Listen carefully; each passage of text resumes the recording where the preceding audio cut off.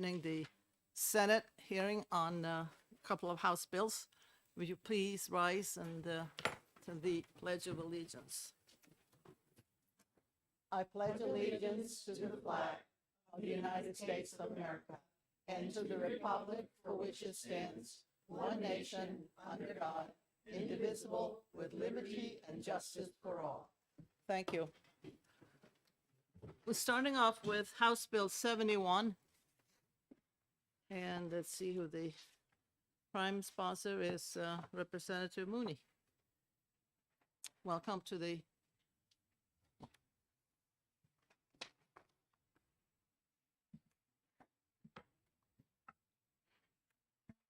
Thank you, Madam Chair, and good morning to members of the committee. By means of introduction, I'm Representative Maureen Mooney from Hillsborough County, District Number 12. That's the town of Merrimack. I'm the prime sponsor and speaking in support of House Bill 71. Now, the House Bill 71 repeals RSA 194-B:11, that's capital I, lowercase e, from the Charter School Funding Chapter of Law. This may look very familiar to you because this bill is an exact duplicate of Senate Bill 25 this term. Senate Bill 25 came out of this committee 5-0 on January 19th, 2023. Senate Bill 25 passed through the New Hampshire Senate on a voice vote on January 19th, 2023. This bill comes at the request of the New Hampshire Department of Education. The reason for the deletion is due to a law change that caused the reporting requirement to be moot. Previously, charter school additional monies went through the Fiscal Committee. The department now draws a warrant for additional monies for charter schools, so there's no need to go through the Fiscal Committee. And despite the report no longer being needed, the New Hampshire Department of Education continues to do it, and it amounts to approximately 15 hours of staff time for the Department of Education. The Fiscal Committee has never once asked for a question about this report. And reports on charter school funding can be found on the New Hampshire DOE website at any time, and there are various links to do that. House Bill 71 came out of the House Education Committee 16-4, and then through a voice vote through the New Hampshire House.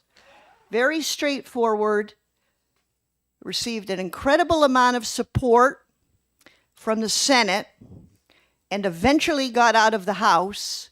And with that, I would encourage you to use House Bill 71 as the vehicle to repeal that one line of reporting per the request of the New Hampshire Department of Education. With that, I will conclude my testimony and thank you all for your attention and service. Thank you very much. Any questions from the committee members?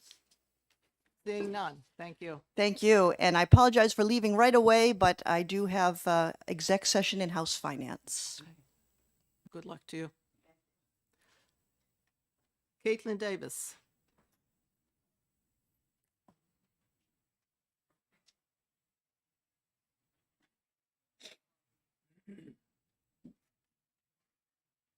Good morning. Morning. For the record, I'm Caitlin Davis from the Department of Education. I'm here to take any questions from the committee, but Representative Mooney summarized every single thing that I had to say. So, Must be a nice feeling. To add anything else? So this is essentially a technical correction. correct. So all the information, the enrollment information and the amount that we pay each charter school is published on our website each year. And this is just a carryover from a time where charter school funding we didn't have warrant authority for the charter schools. So it'd be one thing, I think, if we had robust conversation with Fiscal Committee each time we submitted the report, but since we never receive any questions, I don't think that this report really provides much value to anybody at this time. Okay. Any questions? Anybody? Well, I guess we don't have any more questions. Thank you. Anybody in the audience who wishes to speak on this particular bill? Seeing none, that concludes the hearing on House Bill 71. We have actually, huh? Would you like to go into Yeah, exec and take sure. things? Madam Chair, I move we go into executive House Bill 71. Do I have a second? Second, Senator Prentice. All those in favor? Aye. Okay, we'll be in executive session. Madam Chair, I move OTP on House Bill 71. Second. Any discussion? All those in favor of O2P on 71? Aye. That's 5-0. Madam Chair, move And consent. consent, I have a prime and second. Any discussion on it? All those in favor of consent? Aye. That's 5-0. Who wants to take it out? I'll take it out, Madam Chair. Lang takes it out. Okay. Good. That's a good start. Now we have 9 minutes before the next bill. Madam Chair, can we last week we were discussing, I have to look for the bill number up, the one about the National Eating Disorder phone number. And I'm trying to see if we can get to do we want to do an amendment to it to do something with it, or? Yeah, we will, but I'm not ready to do that right this minute. I don't think I 9 just minutes. wanted Yeah, discussion. I have wasn't looking for an for a Yeah, motion. no, I I have just wanted been to have a thinking about it, looking at it, so we will do something. So I guess I move we come out of executive. Second, all those in favor of coming out of executive session? Aye. That's, thank you very much. We're out of executive session. We still have to wait until 9:15 for the next bill.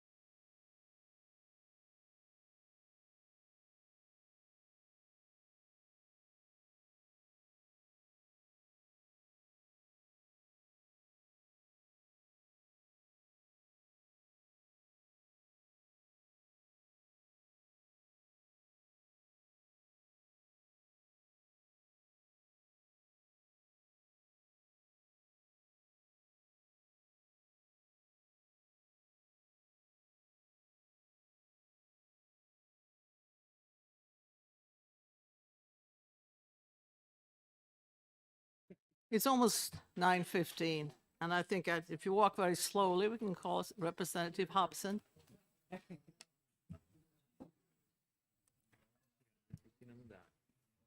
9:15. You may proceed.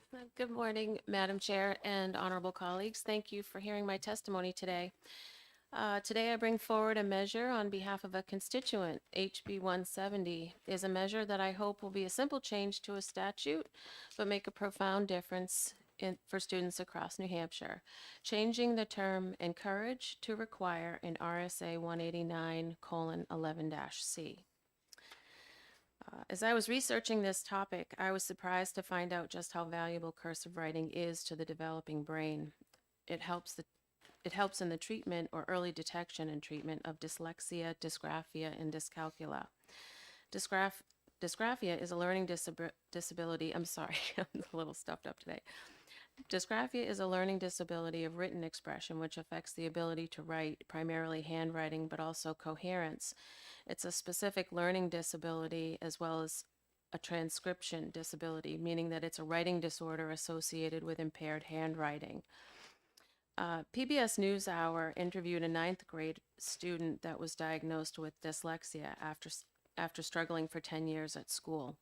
Cursive can help them with the decoding process because it integrates hand-eye coordination, fine motor skills, and other brain and memory functions.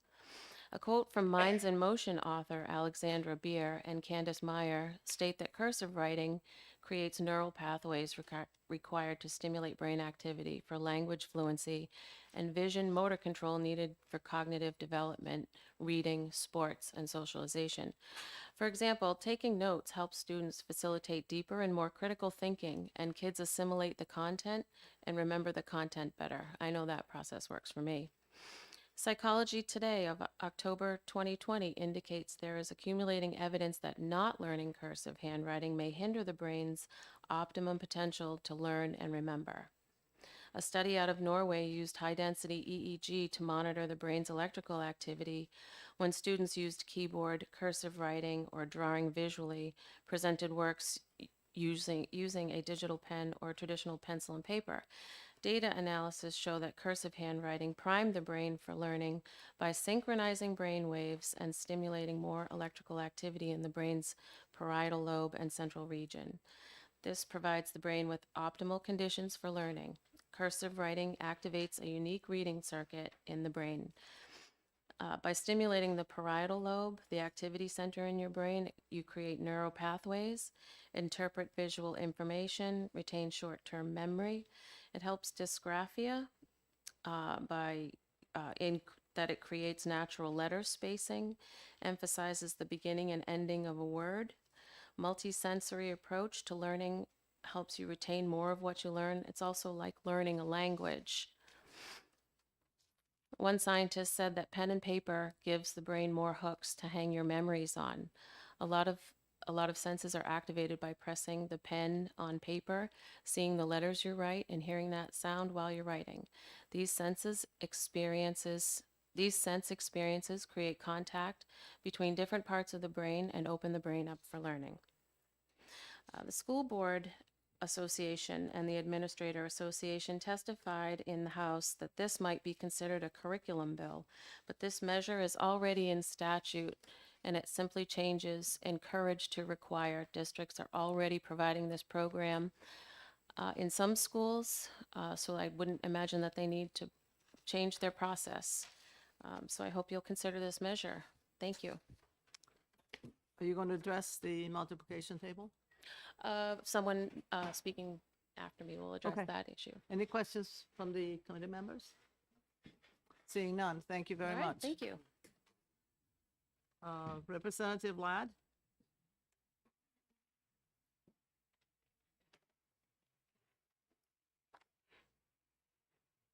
Good morning, Madam Chairman. We had a long day yesterday, and it looks like another one today. And members of the Senate Education Committee. For the record, my name is Rick Ladd. I come from Haverhill, New Hampshire, not the Haverhill, Mass. And I'd like to speak in regard to 170, and I'm going to come from the perspective of what I did before I retired and worked full-time as a representative. I was a school teacher in grade 4 in Winthrop, Maine. And for 4 years, 4.5 years there until I became a school principal and later an administrator, principal in Maine as well, over in Belgrade, Maine, and over in Rumford, Maine, and later for 25 years in the state of Alaska. When I was a school teacher, I would watch students come in the room and hold this pencil. And I still use pencils, just like our clerk does in the house, where he can erase the names for those that are going to speak or not speak. But I saw students holding these pencils like this, and you see it today. You look at somebody signing a check in a bank and they're having a difficult time trying to even write their name. Now, as a school teacher back in Winthrop, Maine, it was part of what we did in teaching of spelling and teaching of language arts. It was just like these pencils were on everybody's desk as well. And this is something we taught with manuscript, the printing. And then we went into the writing, and whether you use the Palmer method or the Zaner-Bloser method, there's lots of different methods of doing this. However, there's a lot of background research that says it needs to be taught in schools. Now, the legislation you see before you is backed up by other states that are also doing this. This says we must be doing this required prior to the close of the 5th grade. We also wrote an exception as an amendment to this bill, where if there's a relationship, and I'm going to hand you these papers right here. Why don't you pass those around? And on the second line, the second bullet, it says an exception to accommodate, modify, or waive this requirement due to a student's IEP or 504 plans. We know that there's some youngsters that have difficulty with this, and it's written right in their IEP or the 504 plan, or there may be some others that are remedial and need some assistance with that, and that's wonderful. That we want to continue. I've highlighted on this some bullets as you go down through, and I'm not going to speak to the neurological information which we have from Scandinavian countries and also throughout the United States and the rest of the world. There is a direct relationship between handwriting and drawing. And it sets the muscle memory in the brain with the neurons and sets those pathways. So learning is much easier once you understand how to write and control what you're putting on paper. COVID taught us some things in schools. Parents had an observation of what was going on, and we all recognized the value of a teacher. And we recognize the value of one-on-one instruction in the classroom and instructional class versus something that's done on the web that way. We also learned that our students were not doing well in mathematics, in all areas of mathematics. But that's something that didn't come as a result of COVID. If you look back at the study that Paul Leather did, and he was the Deputy Commissioner of Education back in 2011, we are already slipping in mathematics. For the last decade, our math scores have not been improving. Now, what is the causation of that? I worked with a group of teachers in Rivendell. That's an interstate school district. It comprises Fairleigh, Vermont, and Orford, New Hampshire, and some other towns from the Vermont side.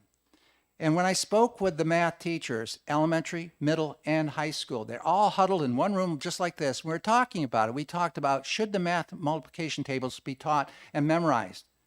You know, that was kind of a split deal amongst the teachers. Some felt they only need to know the concepts or the principles behind this. But and then another teacher said, that came out of the upper grades in the high school, said, wait a minute now. In order to get into the areas of algebra and calculus and trig and the foundational math that we need for all those applied uses of mathematics in the high school, you need to have a quick understanding of the multiplication tables. You can't be looking at a chart. And so they left that meeting recognizing maybe we need to take a second look at where we're coming from in terms of multiplication tables. So I'll jump down a couple points here that you might see that we mentioned the dyslexia. However, there's also research that says that the one right about research overwhelming demonstrates learning by writing by hand is a key to good spelling and composition skills. Greater long-term learning when taking notes. Now you got in a little bit of that when you just heard the last speaker with some of the research. But if you're taking notes via a computer right now, or as a student might be doing in high school, or listening to their teacher, or if you're doing it by handwritten notes. The research indicates that the long-lasting memory, understanding what was done, is more so through handwriting than it is through the computer. You may get everything down quicker and faster using that machine, but then if we ask in another day or two, what did you take down? The person that did it with the handwriting has a better memory of what happened that time. So also, of the states which are now utilizing and requiring this, state of Massachusetts just adopted this, where by the end of 5th grade, you will have a class in cursive. You will have multiplication tables down. There's no additional cost to this. There's no additional cost to teach printing. And all our teachers are provided this skill while they're in their educational methods classes at the post-secondary level. So they're equipped to do this already. So that should not be an issue. And last bullet there, multiplication facts are a stepping stone in mathematics. Memorization is a confidence booster, and knowing multiplication facts helps while engaging in conversation and while solving problems. Over the past years, mathematics proficiency has declined. A return to providing instruction in the multiplication tables is needed. And when we're working upstairs or working on spreadsheets, how many times are you using your multiplication tables? You rely on that. We all do in our jobs. I oftentimes, look back at the cash register when I go to Hannaford's or Shaw's and say, wait a minute, and there's some quick math going on. That was 2 for this and that, and you do the multiplication, it's there. So we need to make sure that this is being taught. So in conclusion, I thank you for taking my testimony. I'd be glad to take any questions if you so have them. Questions? Senator Genjo.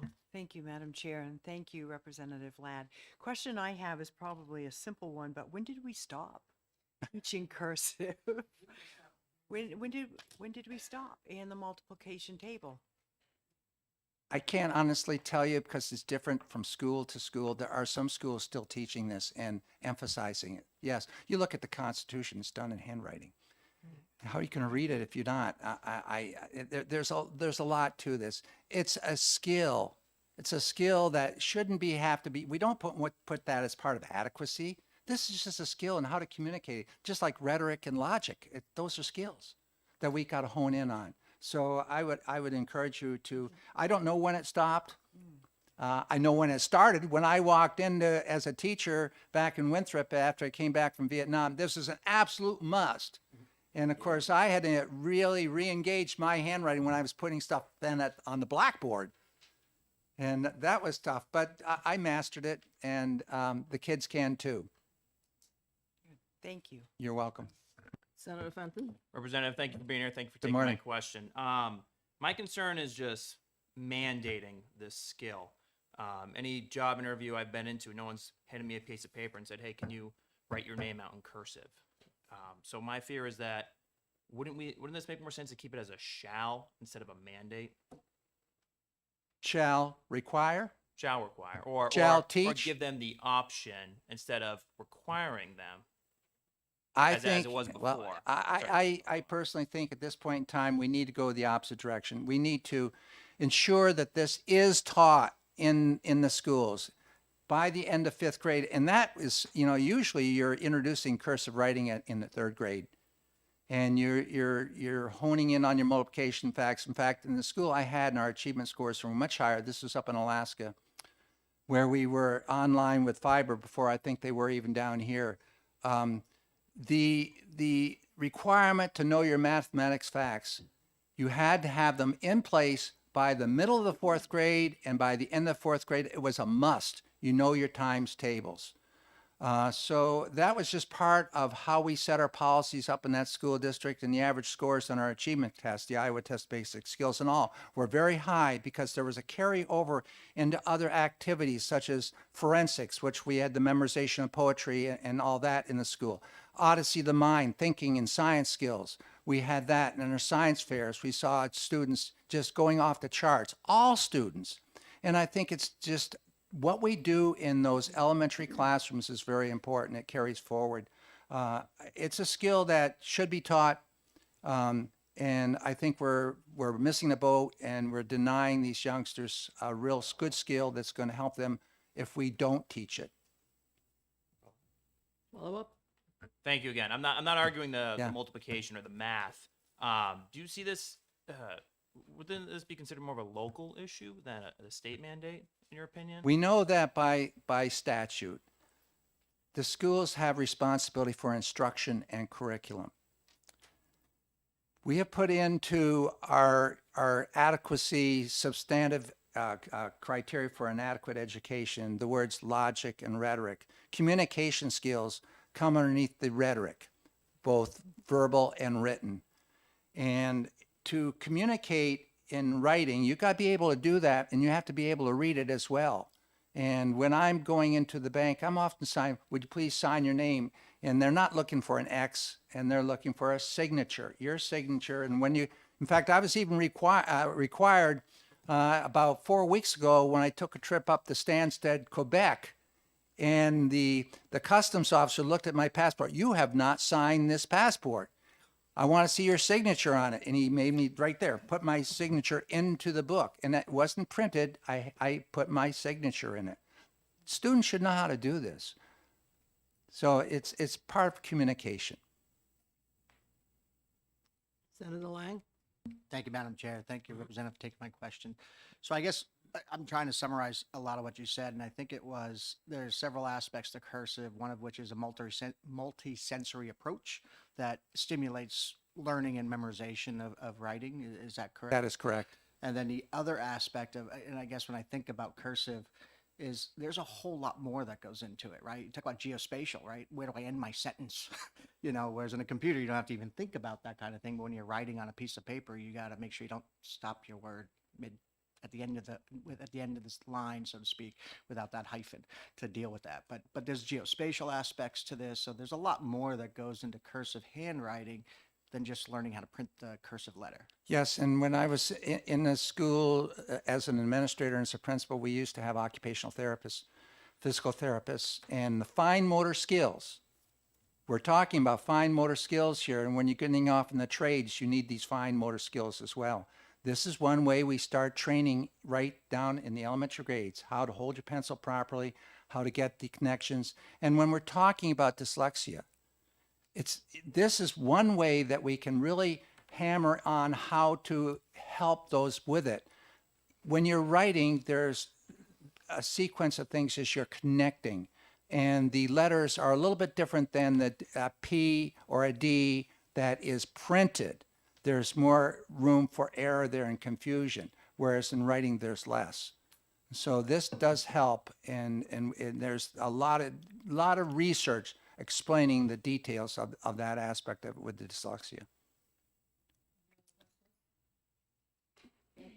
Thank you very much. Representative Cordelli?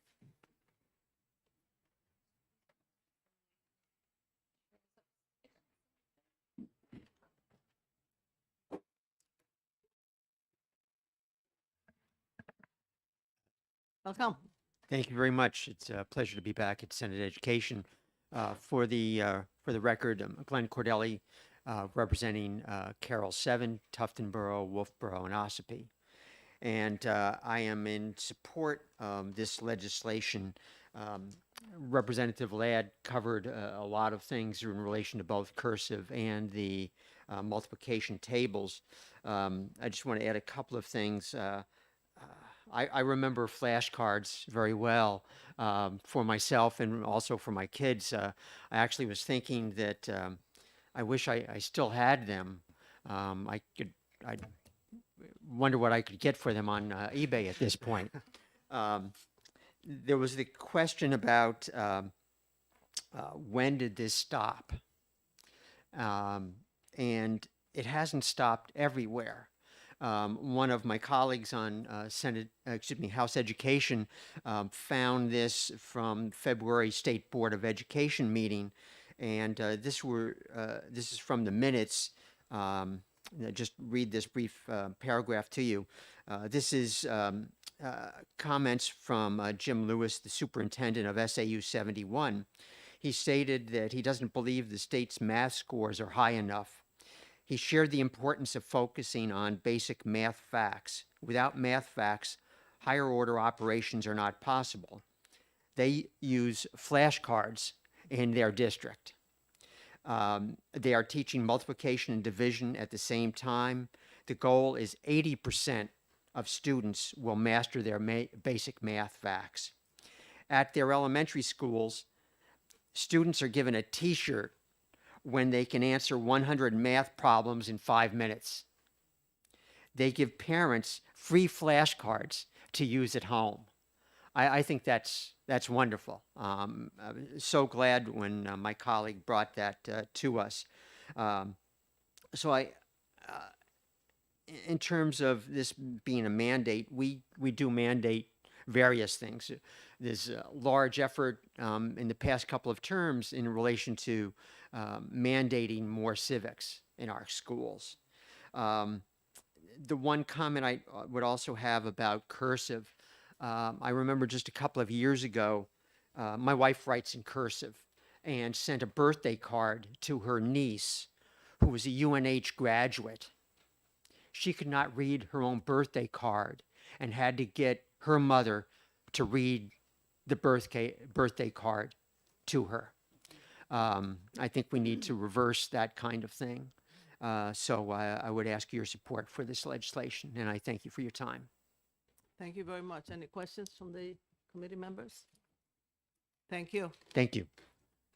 I have Don Johnson. You haven't checked off whether you want to speak or not.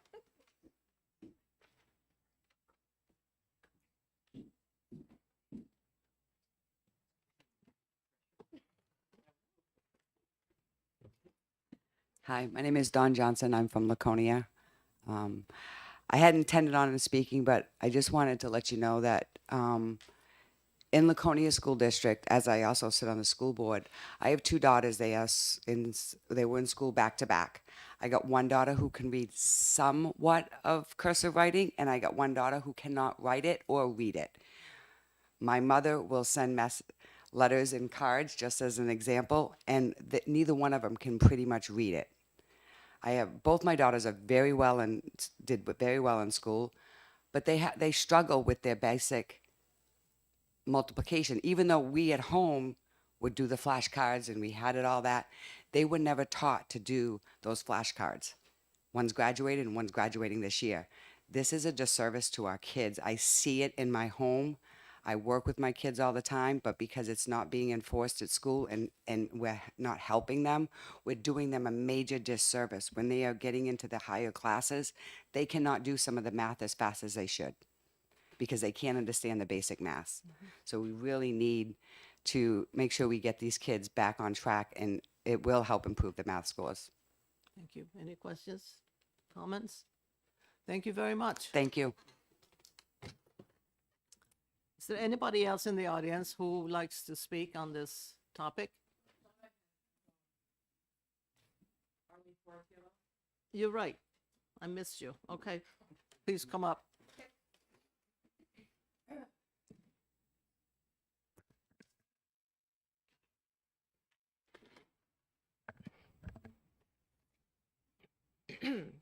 Good morning. Thank you, Madam Chair and honorable members of the Senate Education Committee. My name is, I'm Representative Arlene Coratiello representing Atkinson. I am in full support of HB 170. I thought it was somewhat ironic that I had to print my name on the list. I am an avid cursive writer, lifelong, learned it very well in school. So currently RSA 189.11c encourages instruction in cursive handwriting and the memorization of multiplication tables. HB 170 simply requires instruction in these topics by the end of 5th grade.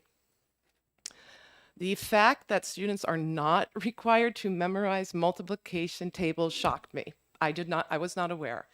And I am left wondering, how can students do higher math without this tool in their toolbox?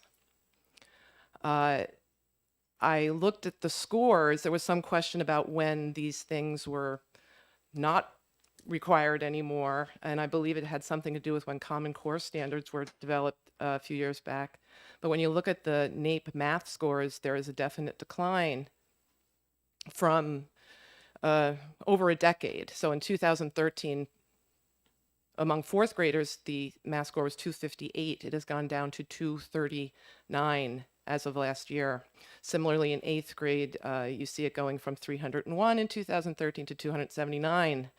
I don't think it's a coincidence that these two things go together. You can't always say that correlation is causation, but I think there's a good argument here. And Representative Cordelli had quoted Jim Lewis. I actually have the quote in my testimony here, the superintendent of SAU 71, who I think would agree with this. So without basic facts, higher order operations are not possible. That's what it says in the minutes. I think they were paraphrasing what the superintendent said. So memorizing times tables may be tedious and hard work if we had to do it and do the flashcards and all. Yes, it is. I remember with my own kids hanging a chart up in the kitchen and during, when we were all hanging out, kind of playing games with this chart. And I have a daughter graduated at MIT. So I think that I like to think that it might have something to do with that. Now, when it gets to cursive, this is my true passion. Cursive handwriting, like multiplication tables, is another basic skill that all children should be taught. 21 states currently require instruction in cursive. This is a 50% increase since 2016. So I think it's becoming obvious of the benefits of cursive. It goes beyond reading the Constitution and being able to sign your name, which are great things. It goes way beyond that. In answer to the question you had for Representative Ladd before, I think that's why this should be required. Numerous research studies have all come to the same conclusion. Instruction in cursive handwriting is incredibly good for kids. It helps them develop hand-eye coordination, strengthens their memory, and even improves the content of their writing. Not just the writing of the letters, the actual content.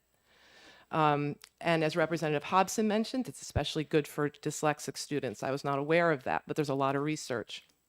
There was an article that she mentioned, a Norwegian 2020 EEG-based study, and one of the neuroscientists involved in that was Audrey Vandermeer. And I think Representative Hobson may have mentioned this quote, but I'll repeat it. It's worth repeating. When you write by hand, you simply remember the content better afterward. The use of pen and paper gives the brain more hooks to hang your memories on. There's another study, Drs. Graham and Santangelo. I don't want to get in the weeds and cite academic papers. I have a tendency to do that. But this particular study was called a meta-analysis, where it studied studies. And there were 80 studies in this meta-analysis, and they all came to the same conclusion that learning cursive writing leads to better writing. And again, not the formation of the letters, the actual content. So, like I said, I don't want to get buried in academic journal articles. My original testimony that I wrote to give, it was full of quotes, and someone said, just don't go in those weeds. So you don't have to read all these articles. You can talk to people, talk to teachers. I've talked to teachers, several in the past few weeks, and all of them said the same basic thing. I don't know if they used the exact word, but they said the kids were empowered by learning how to read cursive like they'd broken a code, and it made them feel great pride. So even if some students don't go on to be lifelong cursive writers, even if they decide they're just going to tap on keyboards, fine. They should be able to read cursive. And I'm coming at this from the perspective of a former adjunct English instructor. I taught freshman English, mostly up at down, because we're in Concord, at St. Anselm and other schools. Some of my students were annoyed with me because I'd like to do things the old-fashioned way. I had them print out their papers, and I would write my comments in the margins in cursive. And you know what? I just thought better that way. I tried during COVID to do it electronically, and I felt like I couldn't give my students the best feedback. I felt like my mind worked a little different. And there's people like that. There are many people who still write in cursive. And I know I wasn't the only instructor who would do this. Well, the students should be able to read this. Occasionally, I would have a student say, I can't read your comments. And I was like, well, that's just sort of oversight in your education then.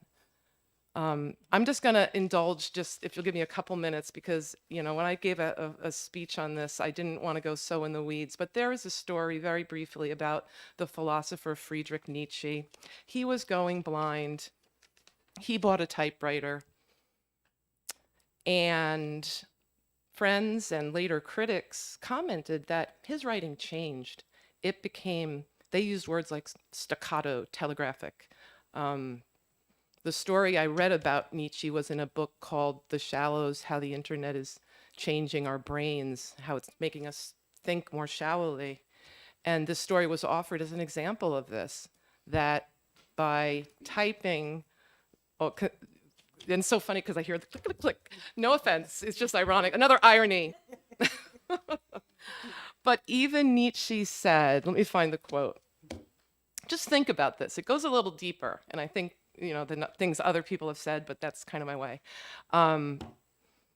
Nietzsche agreed when his friends were saying his writing had changed, how it had become, I guess, a little more simplistic, a little shallow, lacked the same depth he used to have. He said, our writing equipment takes part in the forming of our thoughts. So that's getting a little deep there, you know, but I think we need to realize that this writing in cursive thing, there's so much evidence in the academic literature and the studies that it's good for our kids. Let me get back on track here so I don't take too much of your time, but in conclusion, the state has a constitutional obligation to provide an adequate education, as you all know, in the Constitution. RSA 189 already requires the teaching of a bunch of stuff: health, physical education, financial literacy, a number of historical topics. So this is currently, as you know, the law under which instruction in cursive handwriting and multiplication tables is encouraged. All HB 170 seeks to do is to give these two fundamental skills that are being overlooked in many schools the attention they deserve, because an education without them is not adequate. This bill passed the House with a clear bipartisan majority of 199 to 174. This is a rare occurrence in the session that we're in now. So I just urge you to uphold this vote and pass HB 170. And I'll thank you for listening. I went a little longer than I usually do, but if you have any questions, I'd Any be happy to questions from the answer. committee members? Senator Gendro? Thank you, Madam Chair, and thank you for taking my question. The one thing that will we have people wrestle with the fact of we're trying to get away from killing the trees and the whole paper thing to, and a lot of people, I'm old fashioned. I'd rather write things down than work off a computer. Right. But there are some people that are shifting more to the computer, expressing their thoughts than they are using paper. So how can we sell this to say you're not killing trees, we're still being environmentally green, but we're teaching you a skill that will last you for a lifetime? Does that make sense? Right. Yeah. Okay, I can understand that would be a counter argument that some people would put forth, but I don't know anything about the paper industry, but I do know that trees are a renewable resource, so we can make paper and grow more trees. And that's a whole nother argument to address as far, but I don't think that's an issue. That's definitely an issue that can be refuted, I think. So thank you for your question. That was, Any other comments, questions? Thank you very much. thank you. I have copies if you'd like. That would be great. Do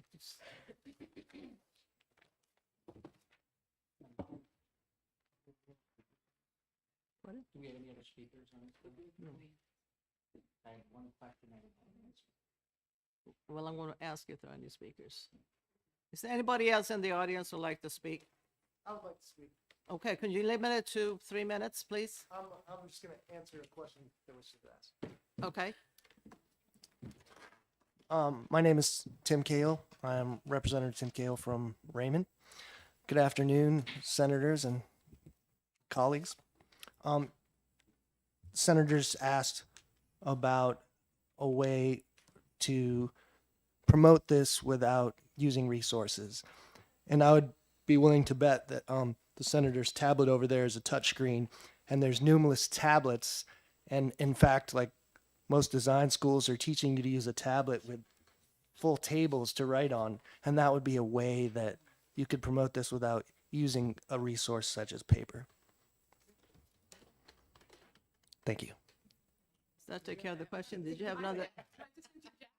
During COVID, when I couldn't get papers, like paper papers, what I did was I used an iPencil. I'm so glad you brought that up. Yeah. Because an iPencil on an iPad to grade my students' papers, because I tried doing it electronically and it just wasn't working for me. And so then I just did it old-fashioned way. Did I see another hand up? Okay, 3 minutes.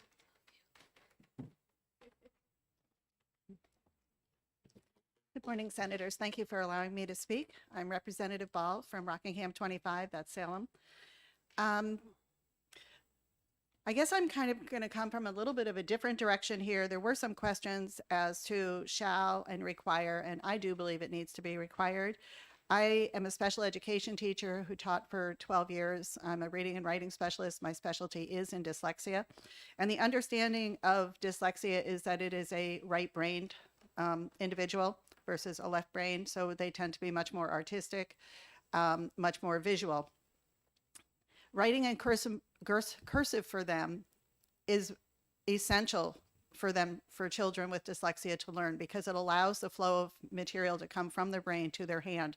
And if I could explain to you what I mean is, if you think of manuscript writing, just to do the capital letter M, a child has to lift and lower their pencil 4 times. That becomes a roadblock. It's an obstacle in the way of getting those neurons to make that information come right out of their hand. But yet in cursive, the pencil never leaves. It starts on the bottom line and it continues, and the child learns to write from left to right. The other thing is, the other roadblock that then comes in with manuscript writing, besides the lifting and lowering the hand, they have to bring in their other finger, because now they have to put a space. Otherwise, it's just a bunch of letters. So they don't have that idea of where does one word end and another begin. The other thing that was mentioned is, well, the start and the stop of the letters, but also the formation of the sentences. And so we get into all of that where it becomes a much easier task for a child, even without dyslexia, just to maneuver that and learn that skill. More importantly, well, not more importantly, it's equally as important, is that currently, at least according to the 2021 statewide census, we had over 30,000 children in special education. And of those, over 10,000 were students identified with a specific learning disability. That means that they had an IQ over 70, because otherwise they would have been developmentally disabled, and you may not expect them to learn some skills. But for specific learning disability, that encompasses literacy, just basic literacy skills. And we've seen over the years a deterioration in our schools of basic literacy skills. Not teaching cursive would be one of those skills. That's a form of communication that the children need to learn. Other things that are no longer, you were asking, when did it leave? I think we'd all like to have that answer. I believe it ended with Common Core. I was teaching when Common Core came in. And what happened was Common Core is so heavy, and it's actually very loaded with language, which is why a lot of kids don't do in math, because now it's language-based math. But the other things that you're going to find out are no longer taught are spelling and parts of speech. Now, as a teacher who's teaching literacy, I don't know how I teach a child where to put a comma if I'm not teaching them parts of speech. I also don't understand we're not teaching spelling. That's part of communication. You teach encoding and decoding together. So that's a whole nother, you'll be getting that phonics bill too, but it goes back again to cursive writing and being a literacy skill. We teach foreign languages, and yet our own English language is no longer being taught in a cursive manner. So that takes away that opportunity for the children to learn. I think your 3 minutes are up. Oh, can I just make one more point? Just one Brief, yes. simple one. Why the require? Because when we test children for special education, we test them on how fast they can write sentences. They're given 7-minute time period, and then we judge it. And when you were asking about multiplication tables, we have children also within 3 minutes, how fast can they do their multiplication tables? And if we are going to assess children who get referred into special education based on these skills, then we must teach the skills that are going to enhance the child's ability to do the skills. Thank you. Thank you. Any questions, comments from the, I have a question. yes? Thank you Senator for being here Petke. and taking my question. I'm not sure if you can answer this or not. We've heard a lot about how important cursive is today, and how important it is to students with special needs and dyslexia. In an IEP, they have those plans. Are they not teaching cursive with an IEP for special needs students or students with dyslexia? I've never seen cursive in an IEP in the 12 years that I taught. And it would not be, I would not have been teaching it because that would have gone to a occupational therapist. If the child needed it, then they would need another service provider. Follow up. Follow up. So just to clarify, so in IEPs currently, you've never seen cursive being taught with, and just how important we've heard it is today. It's not being taught in IEPs. Well, you have to remember that it's only recent that these things are disappearing from our curriculum. And I think they're disappearing because we just don't have time in the schedule. So the schools are looking to see what can we take out because we just don't have the time to teach it. And I think that's how these things are falling out. In the beginning, years ago, yes, they were included, but they were in the regular curriculum. We didn't need them in the IEP. Montessori teaches cursive. You learn to read in print and write in cursive, and those two things meld together. But no, I have not seen it in an IEP. Thank you. Thank you very much. Thank you. Now, is there anybody else who has, I have seen IEPs, occupational therapists, when we're dealing with fine motor skills, they use the cursive as part of the way to enhance fine motor skills. I've seen it in IEPs at intervention team meetings many times. For the OT, I'm not talking about the resource room teacher or those that which just. Actually, that is true. Yes, the IEPs are for all 13 categories, and OT, PT, there's 2 categories alone right there. all set? Yeah. Thank you very much. This concludes the hearing on HB 170. And we are way over time, so we can go right into the next one, which is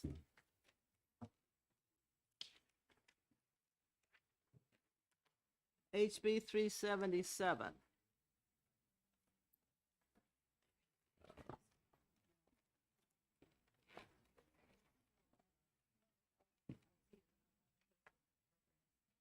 And the prime sponsor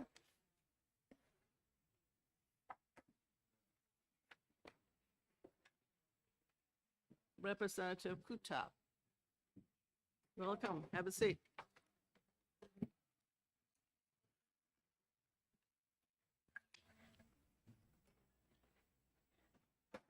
Good morning, honorable members of the Education Committee. I'm Representative Caitlin Kutab, representing Rockingham 17. I'm here to introduce to you today House Bill 377. House Bill 377 changes the literacy screening requirement from one time in kindergarten or first grade to twice yearly from kindergarten through third grade. And it also clarifies the intervention timeline. This bill is crucial for ensuring that all children in our state develop the strong literacy skills that they need to succeed in life, because literacy is really the foundation upon which all learning is built. And being at grade level before third grade is imperative because prior to third grade, students are learning to read. After third grade, they're reading to learn.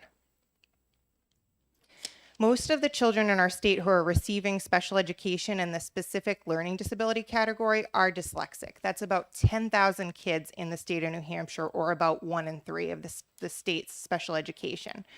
When this is caught early, it makes the difference oftentimes of only needing intervention and not special education.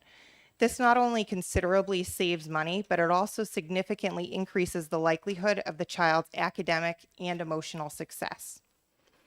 You may be wondering, why is it needed twice a year? Since it's a screening tool and it is not diagnostic, some children will be missed during these screenings. And it's important that we monitor the progress as the curriculum and the performance levels increase, because some students may be doing okay at the beginning of the year when the performance level is lower. But over time, as the bar gets raised, their skills may not continue to develop as that of their peers. And if it's repeated, we can help to determine if the skills have increased according to these higher expectations. DOE assessment data from last year shows that 55% of children statewide cannot read at grade level. Our children deserve better, and this bill gives the opportunity to do better for them. The screening only takes 10 minutes or less. There are free tools available to do it.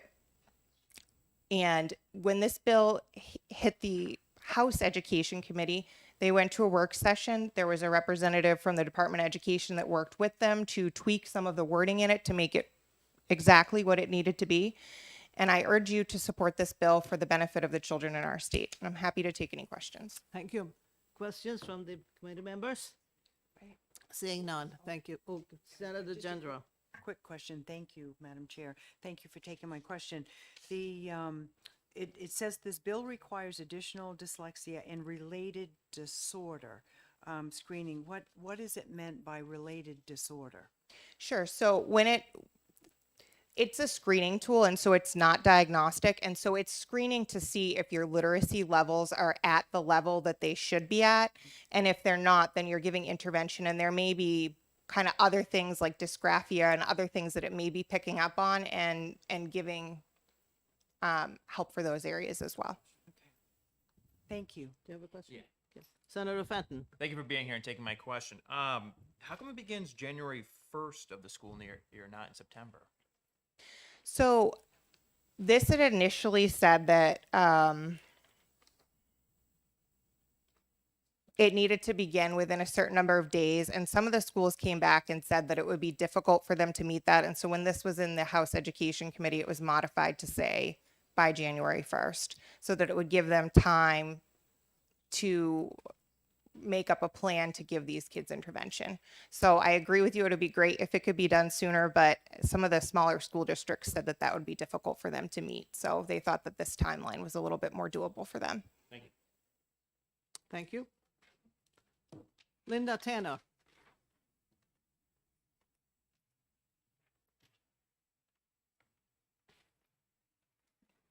Thank you. Morning. Senator Ward.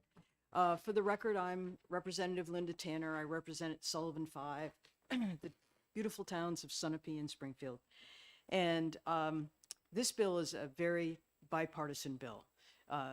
Katie called me during the summer when she was working on this, and I couldn't wait to get really into this bill because I taught high school for 35 years.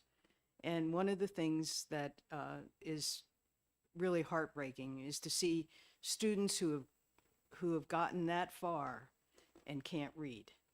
And they often are kids who are very bright and have covered themselves through the lower grades. They learn how to memorize certain things or use pictures to help them decode what they need to do, but they're falling behind constantly because they're not reading. And it needs to be picked up. Everybody goes through developmental milestones.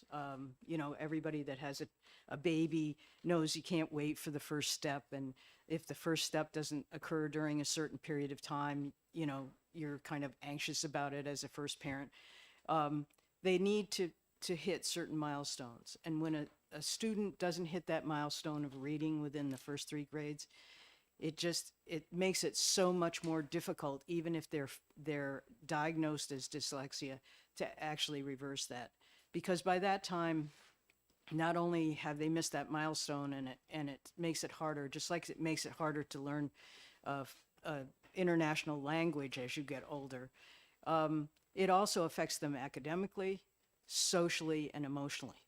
So, you know, a lot of them are acting out by the time they get to the high school times because they'd rather be bad than be made stupid.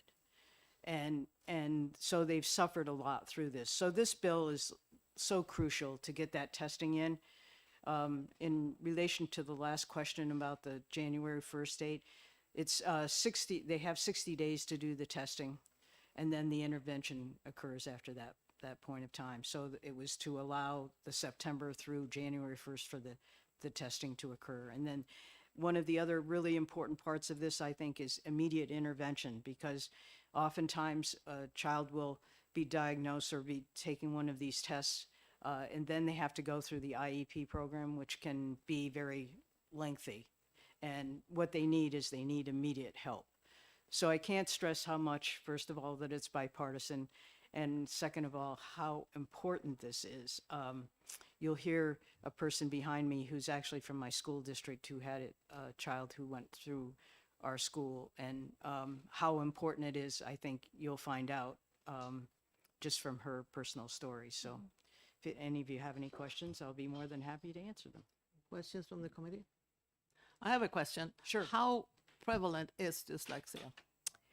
I'm not sure of the statistics, but at least from teaching, I'd say that, each year probably I've seen at the high school 5 or 6 students who really had some issues with reading. And some of those students were students that had been, diagnosed and was working through it. So it wasn't that they weren't diagnosed. You see, it's interesting to note how it's kind of right-handed, left-handed. 10% of the population's left-handed, about.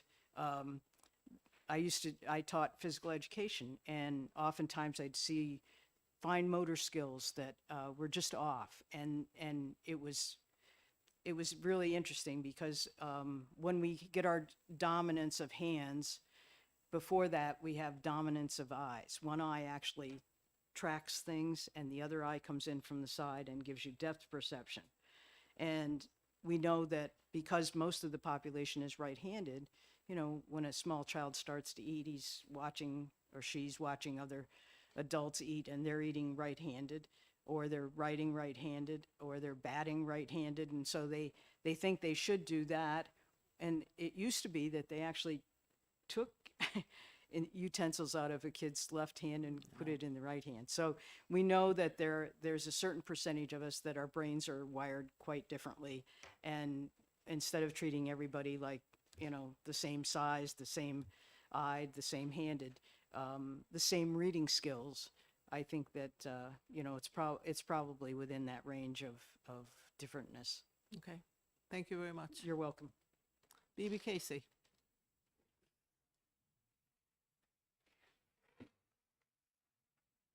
Good morning. Good morning. Thank you for giving me the time to speak today. My name is BB Casey, and I am from New London. And to answer your question, Senator Ward, on how many kids are dyslexic, so a lot of the research gives a number of about 1 in 5. So as someone said earlier, 30,000 students on IEPs in the state of New Hampshire. And I think someone said 10,000 with specific learning disabilities.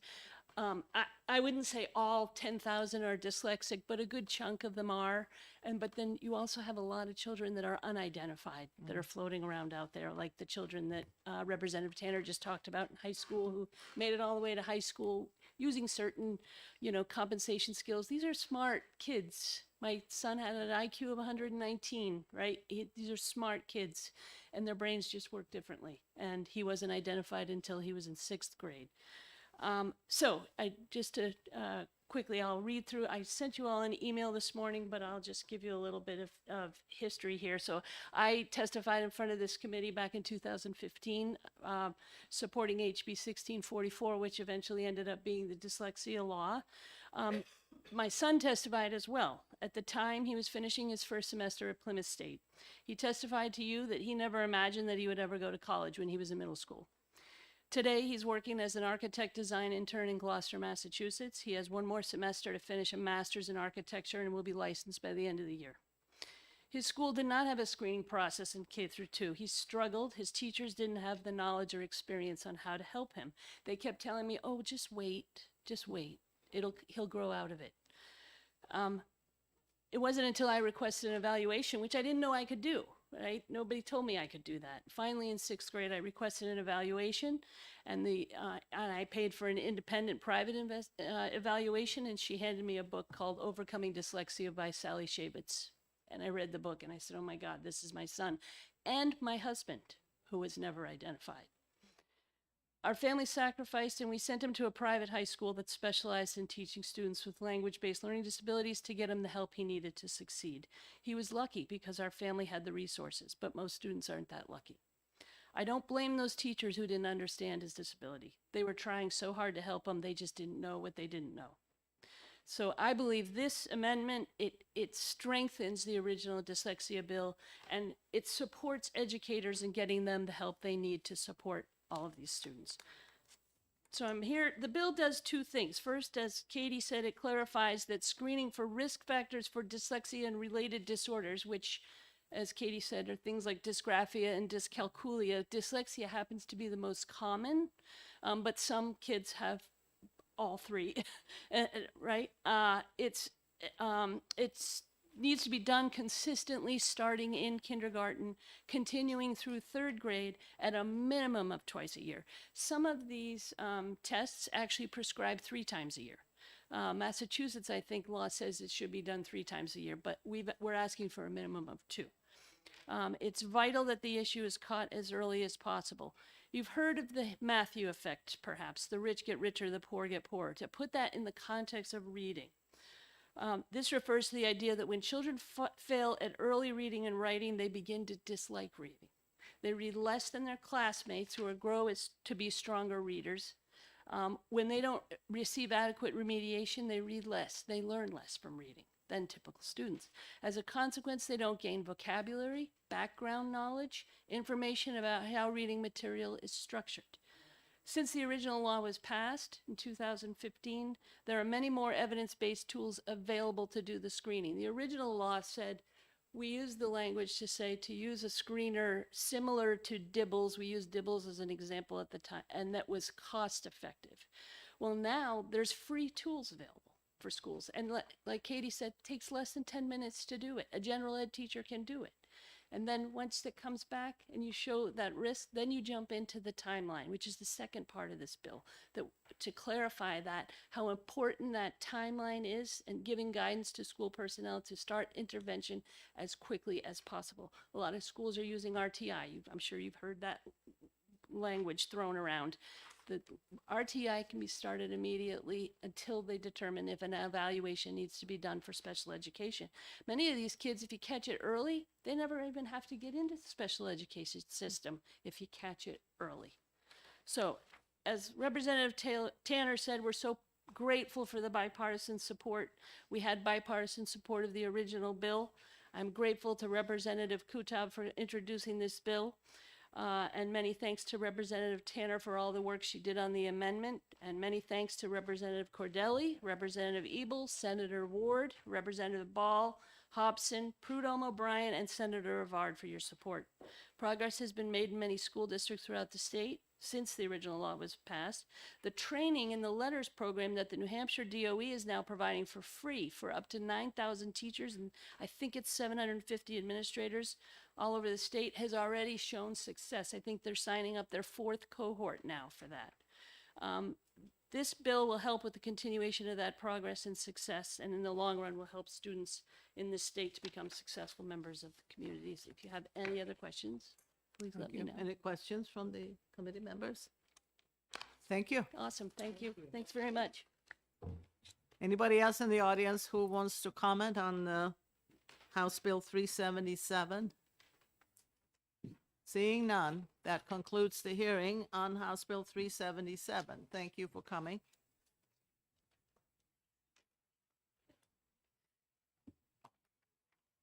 You got gavel, gavel, gavel. Okay, then we move on to House Bill 435.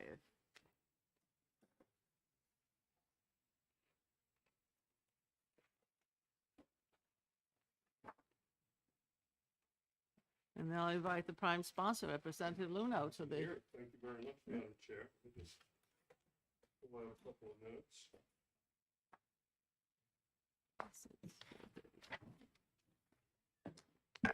Thank you very much, Madam Chair, members of the committee. For the record, my name is David Luno, represent Merrimack County District 9, which are the towns of Hopkinton and Bow.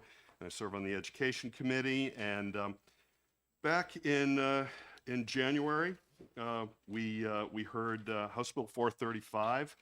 It is a product of the Department of Education, and I'm just the horse to bring it in here. It cleared our committee on in an exec session on February 6th. 20-0 ought to pass and voted up on the consent calendar.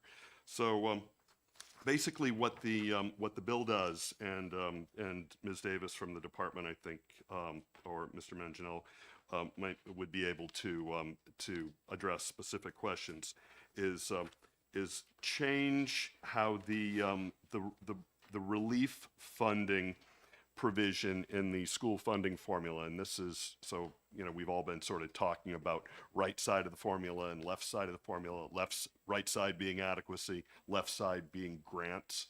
This is left side. And how basically, rather than calculating the rate and adjusting it to hit a target of $17.5 million, which is down on line 13. The rate has been adjusted based on the present enrollment across the state, subject to this grant, to arrive at $17.5 million.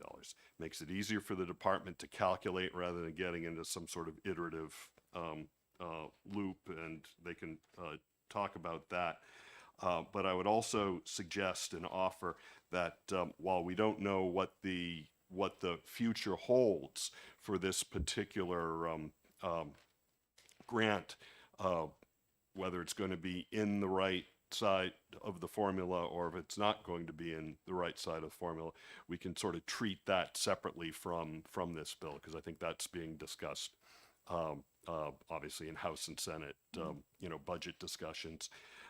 But if it were to remain in there, at least this bill would I believe address some technical problems with the statute as it exists today. That's all I got. Okay. Any questions, comments from the committee members? Seeing none, thank you very Great. much. Thank you very much, Thank Madam you. Chair. Caitlin Davis, do you want to come up and explain in further detail?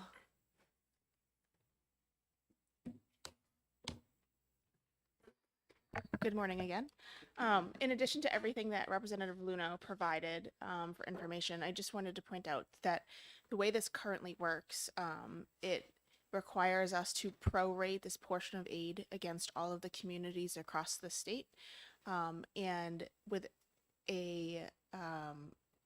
and this is specifically in the adequacy funding formula, and where this could potentially cause concerns or challenges for the department is that the Department of Education does a November 15th estimate each year, and then the school districts use that estimate for preparing their budgets. That is based on beginning of the year data.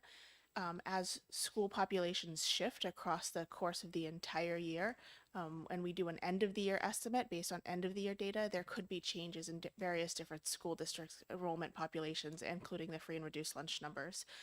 And then, so if there were a drastic change in some school districts, or a few school districts, with the way that this funding works and it's prorated across all of the school districts across the state, one school district that has a substantial change could actually now cause a effect where all of the school districts across the state have a change, even though they may not have had a change in their data. So this then would result in all of the school districts having a shortfall or more funding than what was originally estimated in their budget. So in the adequacy funding formula, we just don't like to see school districts prorated against each other. It doesn't make a ton of sense as far as the way that the budgeting is done across the board. So that's really why we asked for this specific section to be removed. What would be a drastic change? So if the city of Manchester, for example, had a much higher number of free and reduced lunch kids, which this could happen, especially this year, because we know school districts had trouble collecting applications at the beginning of the year. So if they say had 400 or 500 more free and reduced lunch kids, more funding would go to Manchester and it would be removed from other school districts in this potential pot of money. And so those school districts, although they thought they were going to get a certain amount of money, now more money is going to go to Manchester and it's going to come out of the pot of money for other school districts, the way this is currently Okay, funded. thank you. Question, Senator Lang. Thank you. Just some financial questions we're going to chat about. So as I understand, so right now, 17.5 is the number, and then Correct. it's divided by whatever, based on and the rates adjusted per student based on $17.5 million. So the rate per student is not currently adjusted. Basically, we take the 17.5, well, we take the rate per student and we do the calculation, and then we calculate the amount up or down based on the 17.5 million. So Follow up. So, so the other question I have is, as we talked about the budget and the fact that the relief aid is stripped out of the current HB2, if I'm not mistaken, is that correct? yes, I believe so. I'm not sure which version the House is currently adopted, to be honest. So my question is around, we also have a direct certification requirement now, and what's that going to do? There's no fiscal note on this, so I'm trying to struggle on what the impact is to the Department of Education for funding with direct certification, which everybody says is going to increase the number of students on free and reduced, and what's that going to do to this? So the direct certification number won't come into effect until 26, fiscal year 26. So we don't see any impact relative to 25, 24 or 25. But this could increase the amount of money school districts are getting. If there are more free and reduced lunch kids that are identified, then the towns may receive this additional amount. Or towns could so if they were at the $600 mark the $150 mark, they could now go up to the next level if they have a higher percentage of free and reduced lunch kids. The way it works right now is we are actually adjusting up to the 17.5 million, not down from the 17.5, which is why the per student dollar amounts were increased in the bill from the current law. But so if we weren't to do this, we might be adjusting down as more free and reduced lunch kids coming in and basically prorating the amount of money we're giving to schools. So we might actually owe them, say, like 23 million, but be prorating down to 17.5 million. And follow up. So under the current, though, you would stay at the 23 million. If this were to pass, you'd stay at the 23 million and not prorate down. Under the current bill, we would save the difference between the 17 and the 23. So we would save maybe 5 million. I'm sorry, I'm trying, maybe I asked my question wrong. My question was, if this bill were to pass, we wouldn't be reducing down to 17.5. We would do the funding at 23. Right. So the difference would be the difference. Right, So the the $5 million 5 million. would be the increased education funding we would need Correct. to cover this bill. Correct. And lastly, because this has a 60-day passage line in it, what happens if HB2 doesn't pass, but this bill stays in? We're still looking at about a $5 million, newer numbers, a $23 million increase. Would be an increase in spending that we'd have to accommodate. So based on our current estimate, this would only cost 17.5 million, which is why the numbers that are in the bill are used. We did the estimate so that it would cause no increase or decrease to the current bill. So based on the the November 15th numbers that we have right now, this should cost exactly 17.5 million. Thank you. Any other questions? I'm amazed you can keep track of everything. It's hard. Well, you're just like one of those mega computers. All the numbers are there. You can just pull them right out. Thank you very much. Thank you. Anybody else in the audience who wants to comment on this? If not, it closes the hearing on HB 435.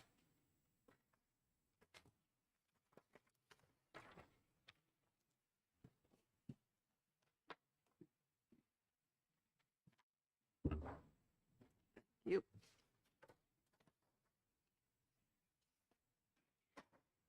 Now we move on to HB 536 with Representative Tanner.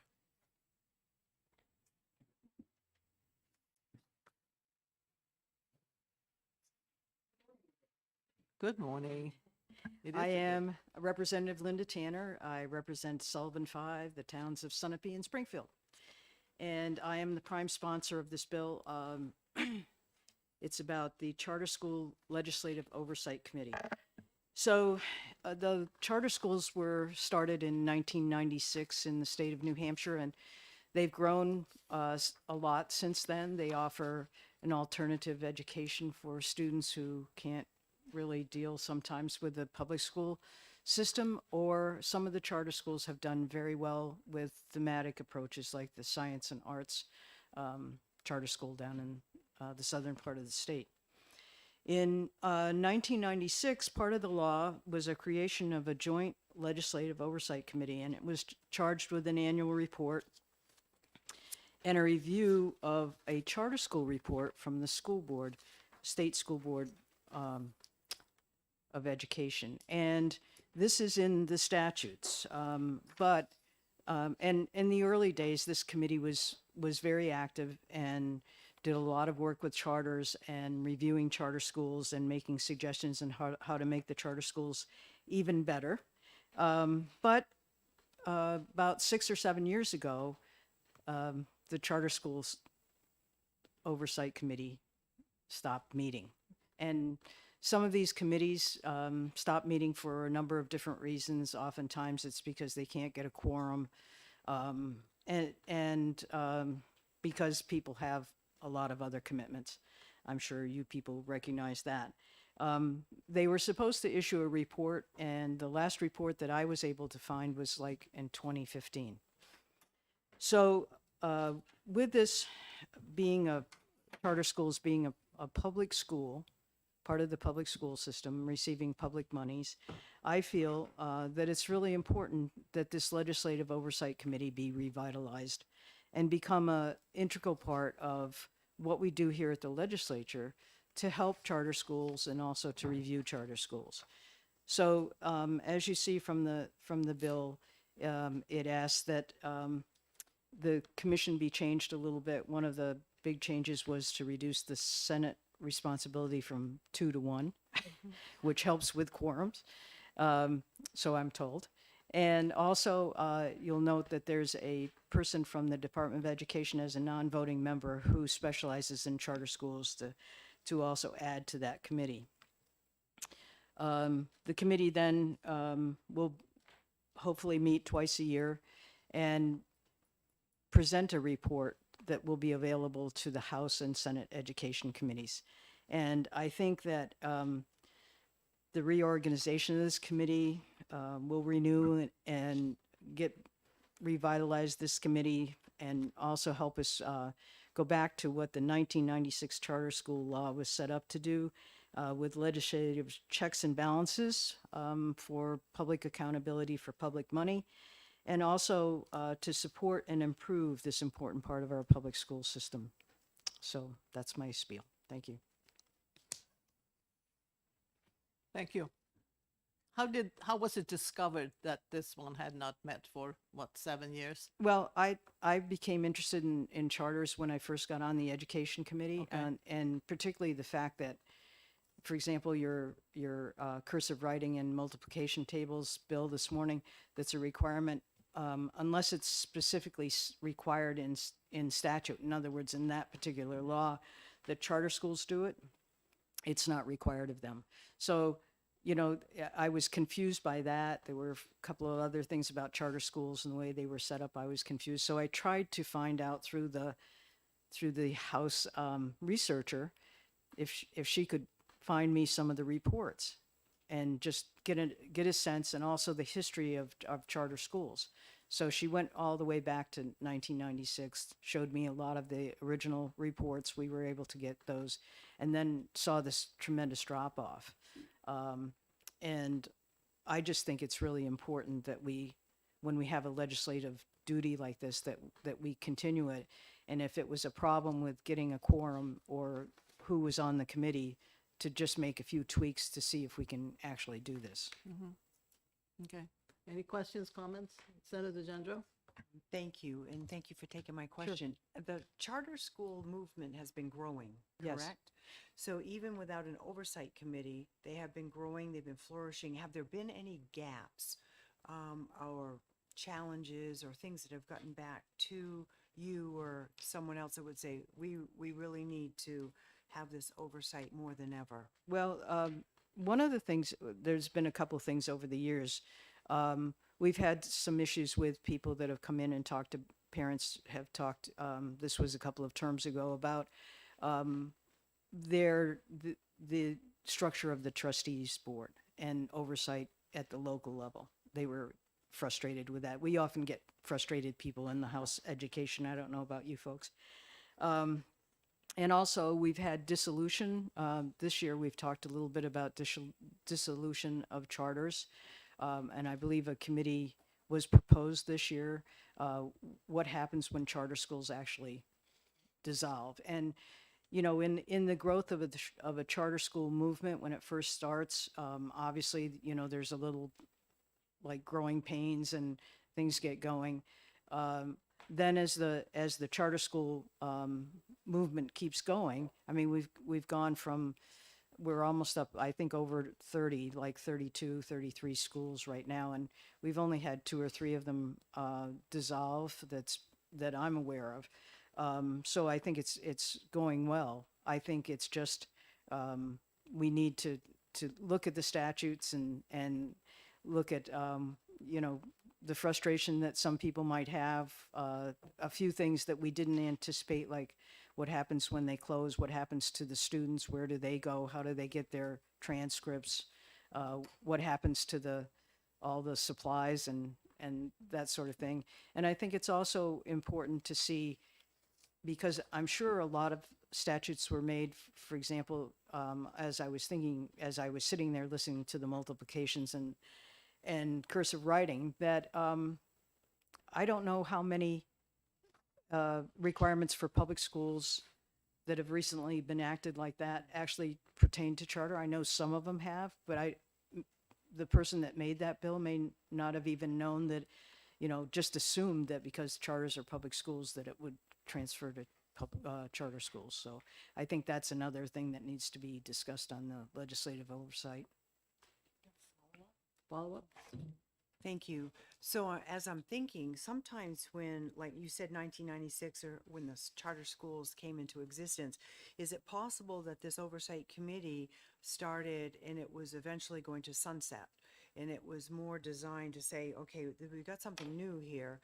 We just want to follow it through. And then it kind of maybe outgrows itself. Well, I think that does happen with some committees, and certainly some committees actually have that written in. And periodically in the legislature, as far as I know a couple of terms ago, they actually had a program where they reviewed all the legislative oversights committees, because, you know, there's a lot of committees, right? But this is a public school. It doesn't have a school board that's elected by the community, a legislative educational association, to oversee them. And so I think since they are receiving public funds, and since we are dealing, you know, another thing is they're coming for building aid, and they're also coming to be able to you know, encumber funds for new buildings, that because there's so many questions happening right now, I personally think that, you know, the northern part of the state is really struggling with charter schools because parents have to provide transportation. I mean, there's some issues that make the southern part of the states, the, you know, compact areas like Nashua and Manchester, thriving in charter schools, where in the northern areas it's been, you know, and that's something people could review in the legislative oversight. How could they make it different so that it might help? They would get input from charter schools. I know one of the new representatives has a charter school up in the North Country where it's just outdoor. It's based around outdoor skills, which I think is really, you know, really cool. And but they're struggling, and I think a legislative oversight committee would help make the bond between them and our legislature, so that we had a better understanding of them, they had a better understanding of us, and perhaps we could make some differences. Any other questions, comments? I see here for a change that the report is due September 1st. Everybody else is November 1st. You're right, So- right. So It's, that's, yeah, it's to coincide more with the school year rather than the legislative year or it always amazes me at the different, I serve on the local budget committee and how the town ends at a certain time, the school starts at another time, and it's just crazy. But it was basically to have it so that it coincide with the school year. good. Well, thank you very much. You're welcome. I see that the chairperson of the House Education Committee is calling the first meeting, so. Yes, So, that's great. and effective date is upon its passage.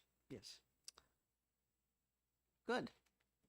Thank you. Because And we get- then the effective date is because it's already in, basically it's in statute. This Right. simply changes the composition. Just a what is it, the one I word with? Resurrect Yes, the resurrect committee. is a good idea. Resurrect the committee. Yes. Thank you. Okay, thank you very much. Anybody else who wants to put a few words in on 536? If not, this closes the public hearing. Thank you all for coming. Executive session. Yeah. It's only 10:30, right? Yeah. Heavens. I'm trying to go to exec. Second. All those in favor? Aye. Good, let's get going here. This last one, we're not doing anything with right now. 536. So I do want to, I think members that might have a copy already, but there is an amendment. Yeah, It's an but we- acknowledgement amendment that's been attached to that I bill. was told to do that next Tuesday. 536. Yeah, but I was told to do that next No, no, Tuesday. yeah. Yeah, we do not consider that Right. today. I just want to make members aware that Yeah. it's going to be, Did you have a number on that, Senator Lang? I can get you a copy if you don't, Yeah. so you guys can look at it. Is that an OLS amendment? Yeah. Oh, okay, it'd be nice to have an official one. Thank you. Thanks. Well, we're not going to take this up today. People can read it. Yeah. We'll do that. Okay. But, I'm sorry, it's 170, is there consensus on 170, the cursor bill, to pass that on a yes vote? Okay, let me- I discuss it right now. I'm just concerned. I didn't hear from any teachers or anyone who's currently teaching or anyone in the education department. I was just a little fearful of that because, we had a lot of speakers who were representatives, but not a lot of boots on the ground telling us, if it was good or bad. That was my fear. I think they're in the class right now, though, aren't they? In the classroom? Yes, but I mean, that hasn't stopped people testifying before True, for something. True. Maybe someone in the audience can attest to that. Maybe NEA, Megan. Well,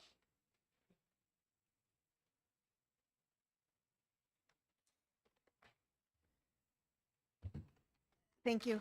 For the record, Megan Tuttle, President, NEA New Hampshire. We put this out to our members and didn't really hear anything back, to be honest. Initially, when it first came out in the House, we did not like the fact that it was trying to mandate the memorization of multiplication tables, because I don't know how you can mandate somebody to memorize something. That was our objection then. With it just being taught, we're fine with it. We didn't hear anything from our members that was outrageous against it or anything like that, so. thank you. You're welcome. Okay, so we're considering 170. Do I have a motion? We'll go TP. To Pete, do we have a second for it? I'll second that. Jandro seconds it. All those in favor? You're fine with it? 5-0. Move consent. Consent, second? Second. Second by Jandro. All those in favor? Aye. That's 5-0. And who wants to take it out? I'll take it out. Jandro taking it out.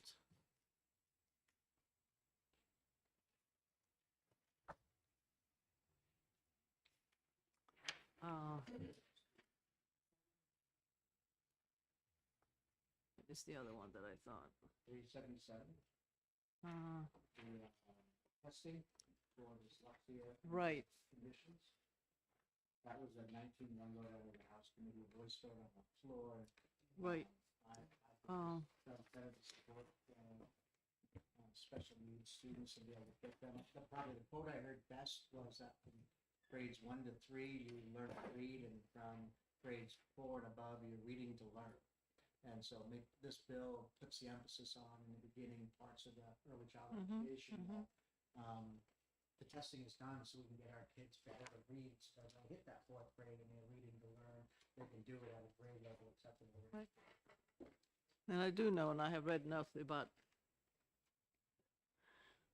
there are some things you need to do things in order to overcome little blocks in your brain. And this is being able to pick this up early and take care of it. It seems to me that's really worthwhile for problems further down. Senator Prentice? So I'd like to move OTP. Okay. And then get a chance to speak to just quickly, I just want to share that one of my brothers, there's 6 of us, was diagnosed later or identified later in his schooling because he struggled as being dyslexic. His 3 children are all dyslexic, and they were part of the movement in Massachusetts to bring about that screening at 3 times a year. So I'm happy to see this. This is personal for me. So did they get early intervention? And the oldest one is going to Worcester Polytech for engine. Yeah. So that's great. It has gone. So yes. I Thank you. did have an email from somebody who felt that she supports 377, but she felt that there should be, what was it, a mental health? No, deafness screening at the same time. Now, I don't know if we have deaf screening. Yes. Don't they do hearing screening in schools? The school nurses do it. I would think that we would. I think do eye and hearing. Yeah, I think it's annual, but I mean, I remember, gosh, it's so long ago. I remember going through it, and I remember my daughter going through it. So, So we already do it. Yeah, the school nurses are doing it. Yeah. Yeah, I would think so. So, okay. We have an OTP motion. We do, and it's been seconded. Sue made it and I seconded it. All those in favor of OTP on 377? Aye. Aye. That's 5-0. Move consent. Consent. Second. Going fast here. All those, discussion? All those in favor of consent? Aye. Aye. Maybe happy to take it out. And Senator Prentice will take it out. Okay.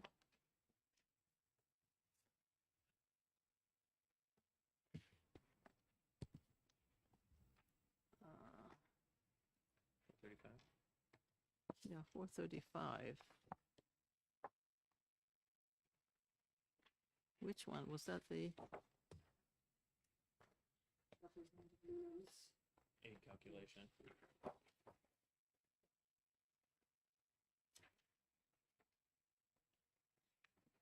Yeah, this is the request from the DOE. Yeah, so.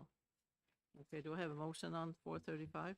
I move OTP on 435. And I would second that. Okay, Madam Chair. any discussion? Yeah, so the only thing I'm concerned about is numbers on this one, is that there's no fiscal note whatsoever attached to this. And currently with HB2, the relief aid actually goes away.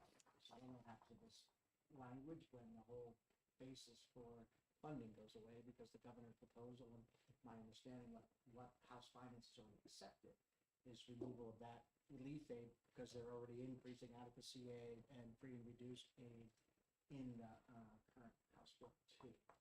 So while I'm not opposed to passing it, I just don't know how we mirror up what happens with HB2 and what happens with this if we pass it on the Senate floor. So that was my one concern. So I'm wondering whether it makes sense to hold it for a little bit to see what we get from the House on the budget, so that we can take appropriate action. Not opposed to the bill, I'm just not sure on timing. Well, if I may, and I appreciate that, I think that, we could hold it for a little while. If we get into a position where we do need to move, then we pass it and we could lay it on the table and the Senate, you know, to see where these sync up, but then it's just an up or down. Well, so the other question, I'm sorry, the other question I would have is, can the chair make a recommendation this goes to finance without, even though it doesn't have an FN? Is that we can make it a second committee bill and give it to finance so they can deal with it over in the, right now, because it doesn't have a dash FN, we can't, it's not going, although I know, like, when I was chair of Fish and Game last year, I asked the speaker for permission, I asked a request to send a bill to a second committee, even though it wasn't designated an early bill. And they granted it to me and they gave it to a second committee. So if, I'd be really more comfortable voting yes on this if the chair would make a request that I go to finance. So, oh, sorry, go ahead. No, no, Senator go Ward. I say, I would be willing to withdraw on the condition that we do that follow-up to see if it's gonna go to, you know, if we can send it to finance as a second committee without hitting the Senate floor first. Well, we would still have we'd still have an education committee vote. And then Right. after the yes vote, it would go to finance, and then finance could decide what's going on with the budget, and we could pass it and table it, or not have it because it's irrelevant. And they might recommend an ITL based on the fact that relief aid's been stripped out of the Senate version of the budget. I'm curious if we're just overcomplicating this and just passing it on the Senate floor and then laying it on the table, instead of sending it to finance or second committee with no fiscal note. That's fine. I mean, there's like two places apart. Yeah. I appreciate Senator Lang's comments. I think that there's two places where this can sync up. And, you know, it's been my limited experience that in the budget year, a lot of this actually happens so that we make sure that these things do sync up in the right place. So only done one other budget year, but that was that. So I'm our okay with an decision to be OTP. OTP, and we'll put it through the Senate floor and maybe at that point table it, based on waiting for the finance. Is that agreeable? Okay. So we have a motion and a second for OTP. And we have had our discussion. The vote, OTP. Yes. Aye. All those in favor? Yes. Okay, that's 5-0. Move consent. Consent. Consent. Senator Fenton. Oh, second. I think it was line that consent Okay. now second. All those in favor of consent? Aye. We always pull it if we need to. Aye. Aye. You have a, Oh, actually, hold. you have a thought? Now, the question is, if we put it on consent, we don't have a debate, which means we can't move it to tape, we can't table it. That's right. But I'd rather leave it on consent and have a chat with the Senate president and see if he considers sending it to finance. And then if he does, then we just leave it Yeah, on we can do consent. that. If we want to We table can do it, that then we can tomorrow pull it off during- consent and yeah. table it. We have caucus tomorrow, so we can check with that then, for the proper procedure. We're gonna do the vote one more time for ought to pass? Or are we good? We are about to pass 5-0. The question is consent or not. okay, yeah. So we'll just hold off on the consent? No, we moved consent. No, we'll move consent and I'll pull it if we need to. Okay, fine. Do we have a second for consent? Second. All those in favor of consent? Aye. That's 5-0. And do you want to take it out? Please. Okay. Senator Lang will take it out. Okay.